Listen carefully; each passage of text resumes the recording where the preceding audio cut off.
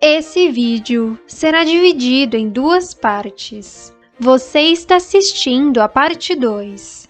Recomendamos que antes de prosseguir nesse vídeo, você assista a parte 1.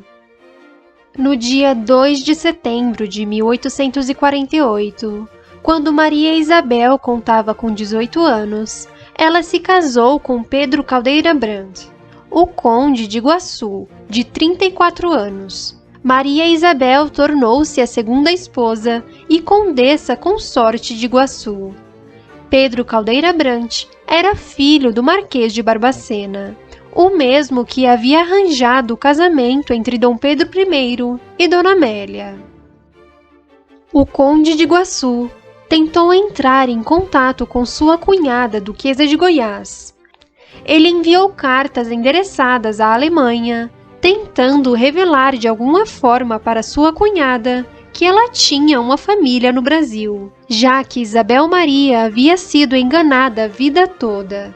Na carta enviada ao castelo de Holzen, Pedro Caldeira Brandt escreveu ao esposo da Duquesa de Goiás: Senhor Conde, eu tenho a honra de lhe participar do meu casamento com a senhorita Dona Maria Isabel de Alcântara e Bragança, irmã da Madame Duquesa de Goiás, vossa nobre esposa. Espero que estas alianças que contraí com pleno consentimento e aprovação de Sua Majestade o Imperador do Brasil, meu augusto amo, recebam a vossa aprovação, e que vós queirais doravante me considerar não somente um de vossos parentes, mas também um de vossos amigos. A condessa se dirigiu diretamente à senhora duquesa para prestar-lhe os esclarecimentos necessários. E como tencionamos fazer uma viagem pela Europa no ano que vem, rogo-vos que nos informeis o local de vossa residência, a fim de que possamos juntar-nos a vós. Queira o senhor conde apresentar meus respeitos à senhora duquesa e aceitar meus protestos de sincera amizade e da mais alta consideração, com a qual sou, vosso totalmente devotado parente e amigo, senhor conde. A carta do conde de Iguaçu foi barrada pelo conde de Treuberg, que não deixou que sua esposa descobrisse o segredo de família. Desde o início, o casamento entre Maria Isabel e o conde de Iguaçu não foi nem um pouco feliz. Ele batia e traía sua esposa com as empregadas da casa. Entretanto, o casal teve 5 filhos.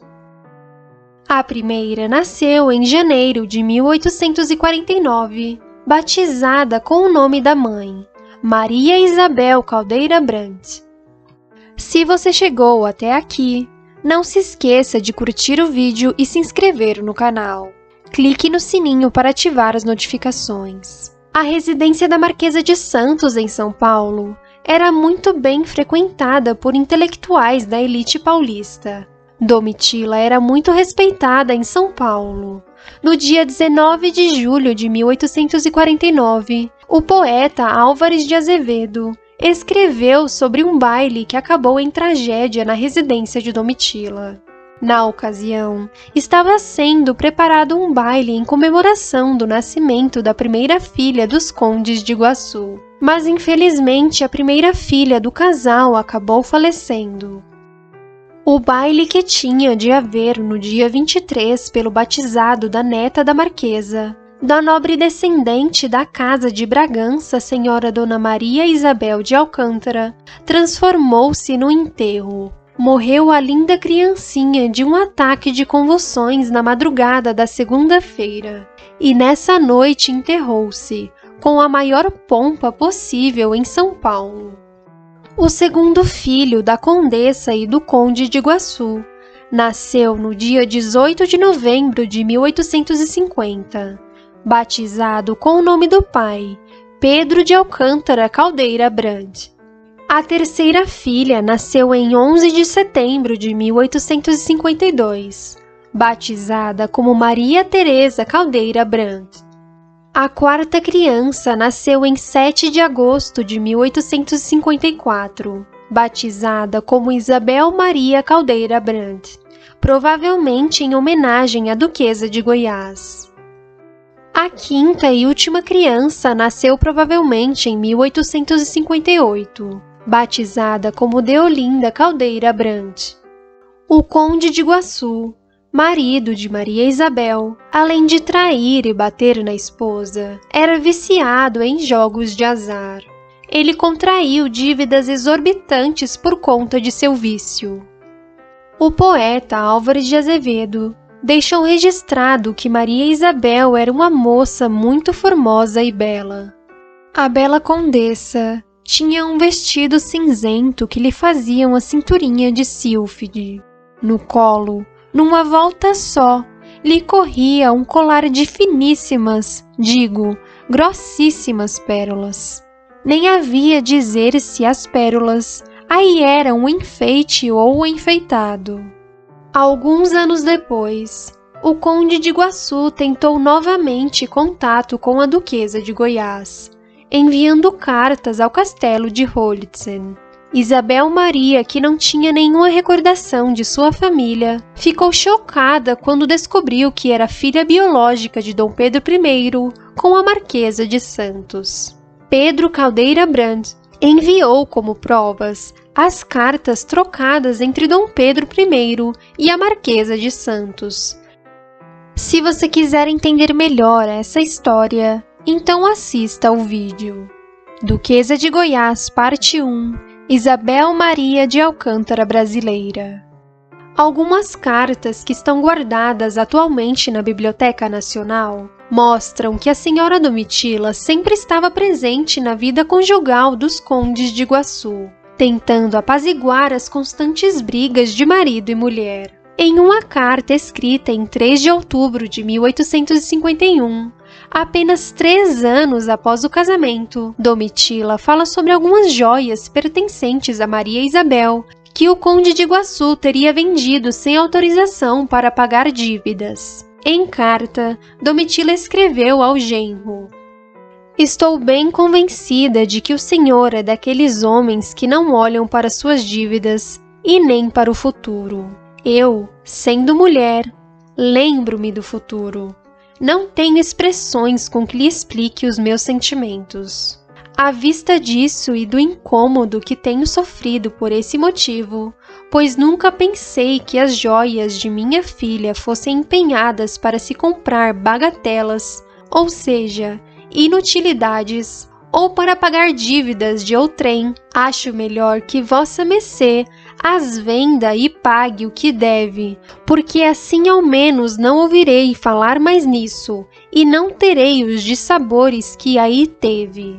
Sinto falar-lhe deste modo, mas como poderia eu poupar-me a isso, quando meu coração se acha tão magoado? Espero, porém, que o primo, caindo em si, reconheça que tem obrado de uma maneira que mostra uma cegueira, ou não sei que nós não merecemos, e que não lhe entreguei uma filha que muito estimava de tão boa vontade, e que ao mesmo tempo que vossa mercê não é capaz de fazer o menor sacrifício para me tranquilizar e tirar-me da inquietação em que vivo." A filha da Marquesa de Santos também não era uma pessoa fácil de lidar. Em carta, Domitila repreendia a filha, que queria se divorciar do marido. "Recebi a vossa carta. Vejo tudo o que nela me dizeis. Já não tenho expressões para vos pedir e vos dizer que não há quem não sofra com seus maridos. As mais virtuosas sofrem, quanto mais aquelas que dão motivos. Tenho também recebido cartas de vosso marido, que com razão se queixa dos vossos desvios. Eu, por desgraça minha, o conheço e mais, vos conheço. Estais sem juízo de todo. E se vos separares de vosso marido, separai-vos de vossa mãe. Isto vos digo de todo o meu coração." O casamento entre Maria Isabel e Pedro Caldeira Brandt ia cada dia de mal a pior. Antes mesmo de 1860, Os problemas conjugais deixavam Domitila e Rafael Tobias preocupados com o casal. Em seu testamento, o brigadeiro Rafael Tobias de Aguiar deixava registrado que já havia dado 40 contos de réis a Dona Maria Isabel de Alcântara Bourbon, cuja quantia entreguei no ato do seu infeliz casamento com o Conde de Iguaçu. Até mesmo o imperador Dom Pedro II, meio-irmão de Maria Isabel, ficava horrorizado com a situação do casal. No ano de 1862, Dom Pedro II recebeu um amigo da Marquesa de Santos chamado João da Silva Carrão em seu palácio. O conselheiro João Carrão contou ao imperador toda a situação que sua irmã passava nas mãos do marido. E também contou que nem Domitila, nem o Conde de Iguaçu eram capazes de segurar Maria Isabel, que tinha um mau comportamento. Dom Pedro II ficou assustado e acabou respondendo com um "não creio". Maria Isabel e Pedro Caldeira Brandt se odiavam e nunca conseguiram se reconciliar. Dessa forma, o casamento desandou de vez, e Maria Isabel passou a se envolver com um homem com quem teve filhos bastardos, e o Conde de Iguaçu também continuou a se envolver com outras mulheres com quem teve outros filhos. Domitila de Castro, a Marquesa de Santos, achava um escândalo sua filha ter filhos fora do casamento e condenava o ato, pedindo insistentemente que o casal reatasse. O casal passou a morar em residências diferentes no ano de 1862, após 14 anos de casamento. A Marquesa de Santos acabou falecendo em 1867 e, após 12 anos de separação, Maria Isabel entrou com um pedido de divórcio, conseguindo se divorciar oficialmente em 26 de abril de 1874. Na ocasião, Maria Isabel acusou o ex-marido de ter a feito pedir dinheiro para sobreviver e a expulsado de sua própria residência. Muitos relatos afirmam que o Conde de Iguaçu teria espancado sua esposa, que ficou muito ferida. Além disso, Maria Isabel acusava o marido de adultério com muitas mulheres. No final de sua vida, a Condessa de Iguaçu passou a morar na Rua dos Protestantes, na casa de número 31, localizada no bairro de Santa Efigênia, em São Paulo. Ela vivia na casa com apenas uma empregada. O historiador Vitor Figueira de Freitas, que era seu vizinho quando criança, lembra que Dona Maria Isabel era uma senhora muito grosseira e mal educada. Falava muitos palavrões e xingava a todos por nomes feios. Aos gritos, a senhora idosa dizia: "Eu não sou Condessa de Iguaçu, sou Condessa de Água Suja". Quando a Marquesa de Santos faleceu no dia 3 de novembro de 1867, em seu testamento deixou registrado que Maria Isabel deveria receber 50 contos de réis. Mas Ana Alves de Castro, viúva de Felício, o filho mais velho de Domitila, começou a brigar pelo dinheiro da Marquesa. Essa briga entre Ana Alves de Castro e Maria Isabel de Alcântara se arrastou por mais de 20 anos, e Maria Isabel conseguiu receber sua herança somente no ano de 1887.